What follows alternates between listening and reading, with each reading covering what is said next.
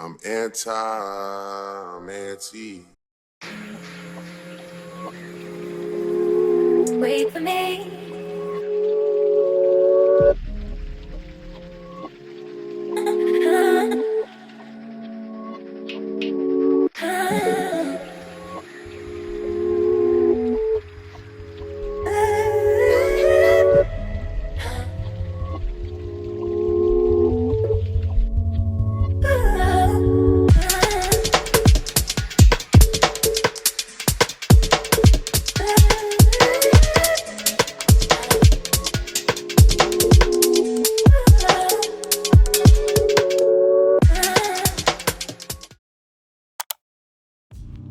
Hey y'all, welcome back to another video. It is me, D Wood, and today we're going to be creating this anti-Valentine's Day look. So if you're interested, go ahead and stay tuned. Honestly, I feel like I've bodied that intro. Like that was one hell of an intro. I posted this look on my Instagram and on my TikTok and on my YouTube community page, and everybody was going crazy over this look. So I'm so happy to bring you guys the tutorial. Anyway, let's just go ahead and jump into these brows, okay? This was my first time ever trying to cover up my brows, and I don't know why, I just thought I could do it and it was gonna come out perfect. No, I had to wipe these off and start all over because it just looked so cakey and bad. I looked like I really didn't know what I was doing, and that's not what I was trying to go for. I used one layer of the Elmer's purple glue stick and I ended up needing 3. So this is me contemplating if I should take it off and restart, and I did, and look how much better that looks.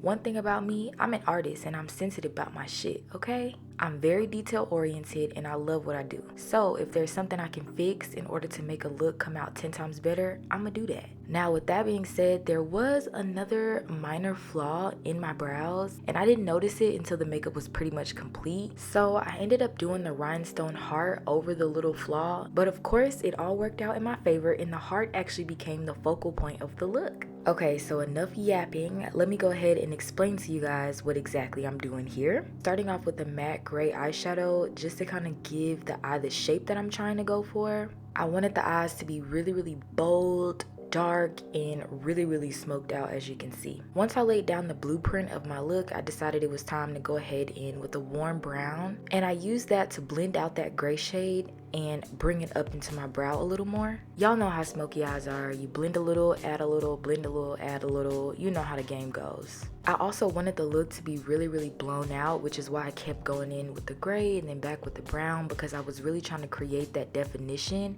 because I don't have any brows. And I also knew that I wanted my brow bone to look really defined. Even though there was no hair there, I still wanted that area to look human because I kind of look like an alien if we're being real. I did a matte black on the lid, obviously, and I also took the time to really make sure I was following the shape that I originally created. Y'all, this look was so fun for me to create. I wish it was a talk through video, but y'all know I don't do well with multitasking, especially when I'm in that mode. I need complete silence. I need to give myself my undivided attention. If you're curious to know what palette I'm using to create this look, this is the Beauty Bay 9 color nude matte palette. If I want to do a smoky eye, this is my favorite palette to use because the shadows are extremely buttery and very easy to blend. I knew that these shadows would give me that really smooth gradient blend that I was looking for. This probably won't be my first time saying this, but I was obsessed and still am. I am very much still obsessed with this look.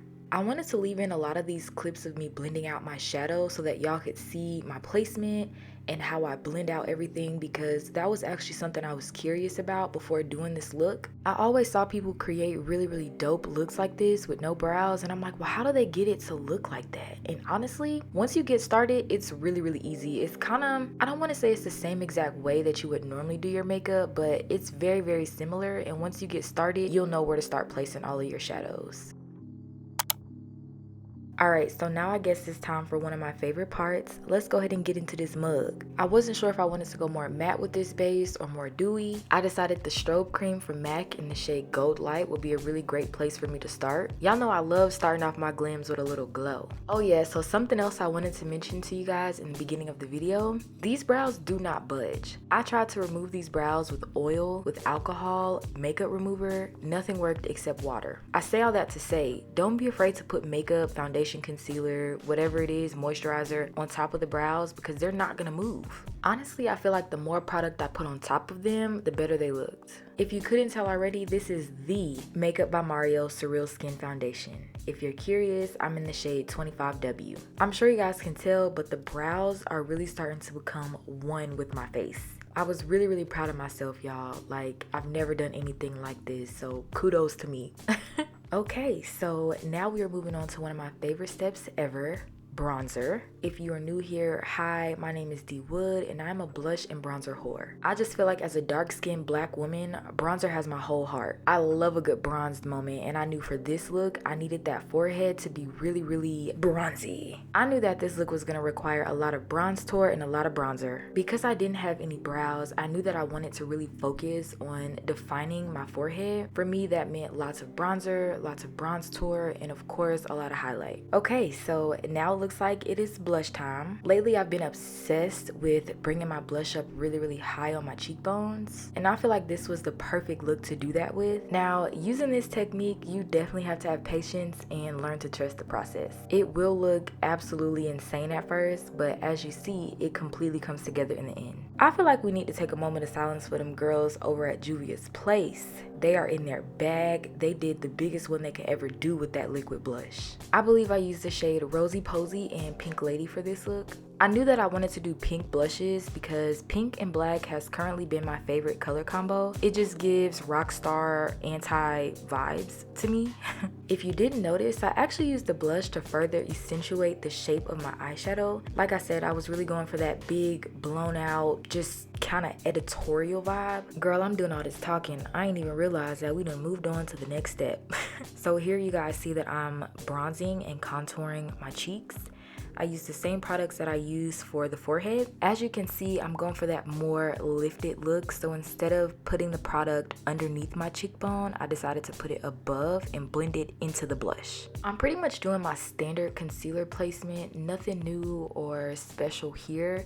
Under the eyes, down the bridge of the nose, the chin, upper lip, forehead. Y'all know the whole shebang. I say this all the time, but do not try to blend that concealer out while it is still wet. If you let it dry down just a little bit, you'll find that you get a lot more coverage and a lot more color payoff that way. As I'm blending out the concealer on my forehead, you guys can really see when I was mentioning about the dimension and all that definition that I was trying to build on my forehead. You can really see it now. Man, I just love makeup so much. I really enjoy doing this look. Y'all don't even understand. And the fact that y'all received it so well, my heart is just so full. Honestly, I was unaware that I was even capable of creating something this fire, this bomb. Once I got that concealer all blended out, you can really start to see the look coming together, but I wanted to kick it up a little notch. I decided to go in with a really bright concealer. I knew that by doing this, it would give me that spotlight effect. You can see that I chose to apply this with a concealer brush versus the concealer applicator. I just wanted to make sure that my placement was super precise because this color is basically white. Stuff like that can get real crazy, real out of hand, really fast if you're not careful. You can see that I'm also using a really small brush to blend it out. I think this look took me about 2 hours and 45 minutes to complete from start to finish, like with the brows all the way down to the lip. I love makeup and I don't mind sitting in front of the mirror